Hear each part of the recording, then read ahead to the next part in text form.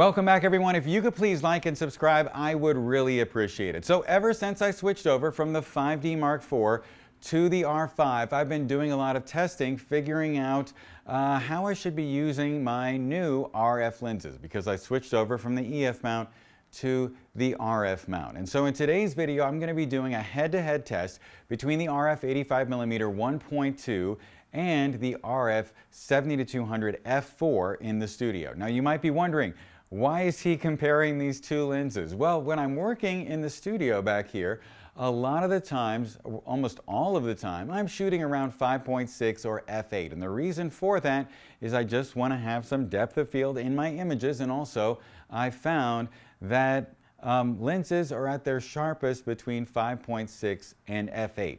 Now, I know it's very common most of the time that you see lens reviews on YouTube that they're shooting the lenses wide open, but that's really not helpful in a studio environment, because in a studio environment, we're going to stop down. So for this test today, I'll be shooting Diron in the studio, and I'll be using my Studio Titan camera stand, so the camera won't be moving at all. And I'm going to start off with the 70-200 f4 on the camera, and just know that I zoomed the zoom ring until the XF data that I was getting in Capture One said that I had zoomed in to 85mm. I didn't eyeball it looking at the scale on the lens. I got it at that exact focal length through looking at the XF data. And then of course I just put the 85mm next on the camera. And the other thing is, I was using face and eye detection autofocus, and you're gonna see pictures from these two lenses at f4, 5.6, and then at f8. So let's start off looking at the pictures from the 70-200 f4. You can see that the f4 image here is on the left, the 5.6 is in the middle, and the 8 is on the right. So you can tell right away, looking at these three images here at 100%, that the f4 image is inferior to the 5.6 in the f8 image. And it might be that the f8 image over here on the right is a little bit sharper than the 5.6 image, or maybe it's just a matter of depth of field. So now let's look at the images from the 85mm 1.2. Once again, we have the f4 image on the left, the 5.6 image in the middle, and the f8 image on the right. At 100%, it's very hard to tell a lot of big differences here between the three lenses. But as we do some extreme pixel peeping here and zoom in to 200%, it does look like the skin below his eye may be sharper in the middle image, the 5.6 image, than the other two. But really, does this really matter? Because we're looking at it at 200% from a 45, I believe, megapixel image, and it probably isn't best to be judging lenses in this sort of context. I think the thing to know here is that you're going to make your decision with this 85mm 1.2 based on the amount of depth of field that you need for the shot, probably not so much the aperture that you're going to be using.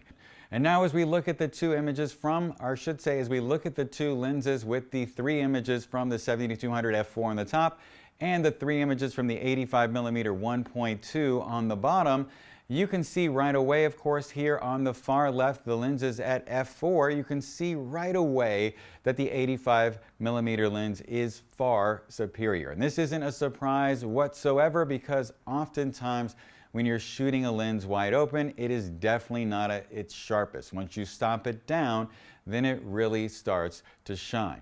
So now looking at the images at 5.6, it looks like things are fairly equal. And now as we come over here to the third image, the f8 images, one thing is starting to develop, and it's a little bit interesting. I think that it's very possible that the image on top here from the 70-200 f4 is actually sharper than the image from the prime lens. As we start to move around here, looking at his hair and sort of going back from his eye backward, it does look like there is more detail in the hair and maybe in that area leading towards his ear. Now this is a little surprising to me. Now as I zoom back out here to 100%, you'll notice that the 85mm lens image seems a little bit closer.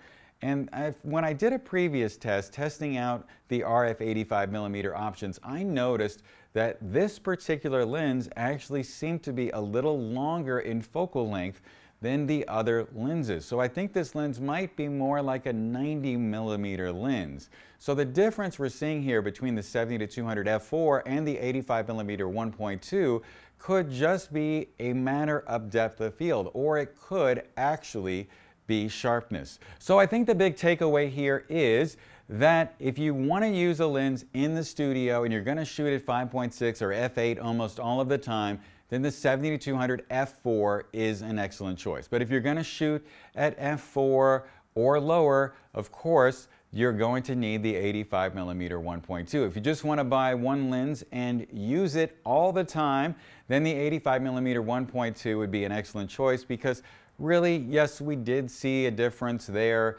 at f8 where the 70-200 might have been a little bit sharper, but was it really so sharp that it made that big of a difference? You're probably going to see me use the 85mm more of the time, but at least moving forward, I'm not going to feel bad about using the 70-200 in the studio and thinking maybe I should be using the 85mm because maybe it's a little sharper.